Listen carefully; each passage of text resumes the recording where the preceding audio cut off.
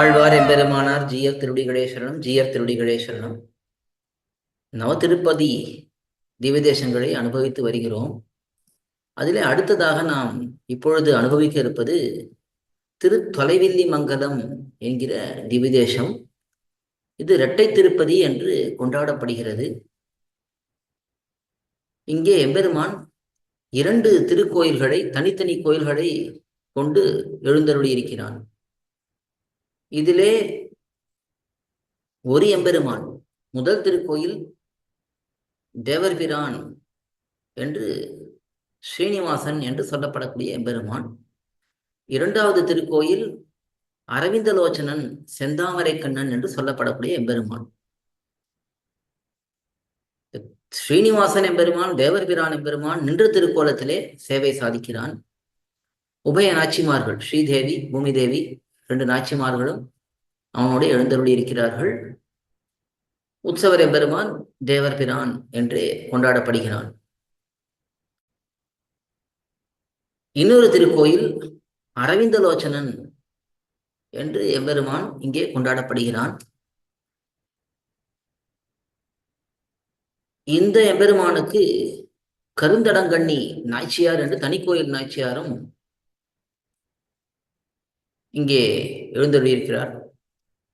இந்த எம்பெருமான் அரவிந்தலோச்சனன் எம்பெருமான் வீற்றிருந்த திருக்கோலத்திலே எழுந்தருளி இருக்கிறான். இந்த தொலைவில்லி மங்கலம் என்ற திவ்யதேசம் மிகவும் விசேஷமான திவ்யதேசம்.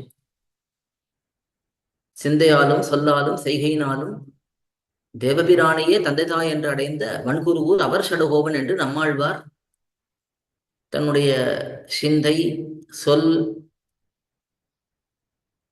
உடம்பு எல்லாம் தேவர்பிரான் விஷயத்திலேயே ஈடுபட்டிருக்கிறது. அந்த தேவர்பிரானையே தனக்கு தந்தையாகவும் தாயாகவும்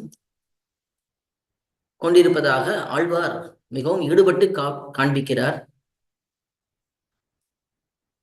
இந்த தொலைவில்லி மங்கலம் என்கிற திவ்யதேசத்து எம்பெருமான் தேவர்பிரான் எம்பெருமான் முன்பே நாம் ஒரு விஷயம் அனுபவித்தோம், 9 கருட சேவை நடக்கும் என்று. அப்பொழுது எல்லா எம்பெருமான்களும்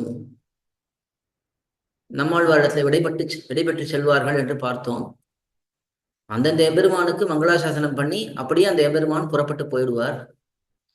ஆனால் இந்த தேவர்பிரான் எம்பெருமான் மட்டும் நம்மாழ்வாரிடத்திலிருந்து விடை பெற்று கொண்டு இந்த சந்நிதி திரு முழுக்க அப்படியே போயிட்டே இருப்பார். நம்மாழ்வார் அந்த எம்பெருமானையே வைத்த கண் வைக்காமல் மாற்றாமல் பார்த்து கொண்டே இருப்பார். அந்த எம்பெருமானிடத்தில் அவ்வளவு ஆசை நம்மாழ்வாருக்கு. அதனாலே அந்த எம்பெருமான் அந்த பல்லக்கானது நம்மாழ்வாருடைய திருக்கண்ணிலிருந்து மறையும் வரைக்கும் அங்கேயே பார்த்து கொண்டே இருப்பார். அப்படிப்பட்ட ஒரு அபரிமிதமான ஒரு அன்பு, ஈடுபாடு நம்மாழ்வாருக்கு இந்த தேவர்பிரான் எம்பெருமானிடத்திலே. இதே நம்மாழ்வார் மாசி உற்சவத்திலே, அதாவது மாசி மாதம் ஆழ்வாருக்கு பிரதிஷ்டோத்சவம் நடக்கும், திருமேனி பிரதிஷ்டோத்சவம். அந்த சமயத்திலே கடைசி நாள் அன்று முதலிலே அரவிந்தலோச்சனன் எம்பெருமான் சந்நிதிக்கு சென்று அங்கே மங்களாசாசனம் பண்ணிவிட்டு அதற்கு பிறகு தேவர்பிரான் சந்நிதிக்கு சென்று அங்கே தேவர்பிரான் எம்பெருமான் சந்நிதியிலே வைத்து ஆழ்வாருக்கு திருமஞ்சனம் நடக்கும். அதற்கு பிறகு அங்கே திருவாய்மொழி கோஷ்டி எல்லாம் நடந்து பாசுரங்கள் எல்லாம் சேவித்து சாற்றுமுறை எல்லாம் ஆகும். அதற்கு பிறகு எம்பெருமானும் ஆழ்வாரோடே வந்து ஆழ்வார் திருநகரிக்கு வழி அனுப்பி வைப்பான். அப்பொழுது ஆழ்வார் எம்பெருமானிடத்தில் விடைபெற்று போகும்பொழுது அந்த சாலையிலே ஆழ்வார் புறப்பட்டு செல்வார். நீண்ட சாலை.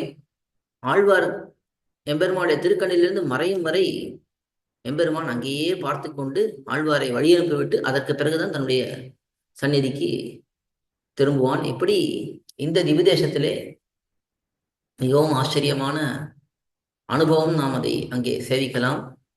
நம்மாழ்வார் ஒரு 10 பாசுரங்கள், ஒரு பதிகம் முழுக்க இந்த 2 எம்பெருமான்களுக்காகவும் சமர்ப்பித்திருக்கிறார்.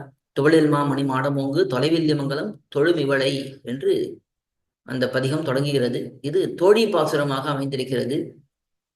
இதிலே எம்பெருமான் ஆழ்வாருக்கு ஒரு ஆச்சரியமான குணத்தை வெளியிடுகிறார். எம்பெருமானிடத்திலே இருக்கக்கூடிய உறவை நாம் உணர்ந்தோம் என்றால் நம்மை எம்பெருமானிடத்திலே யார் சேர்த்து வைக்கிறார்களோ அவர்களையே வேண்டாம் என்று சொல்லிவிடுவோமா. அவ்வளவு எம்பெருமானுடைய அந்த உறவானது நமக்கு அப்படிப்பட்டதாக அமைந்திருக்கிறது. அந்த எம்பெருமான் நம்மை எல்லாரிடத்திலிருந்து பிரித்து தன்னிடத்திலேயே வைத்துக் கொள்வான் என்பதை காட்டக்கூடிய ஒரு பதிகமாக இந்த பதிகம் அமைந்திருக்கிறது. அதிலே இந்த ஒரு அழகான குணமானது காட்டப்படுகிறது.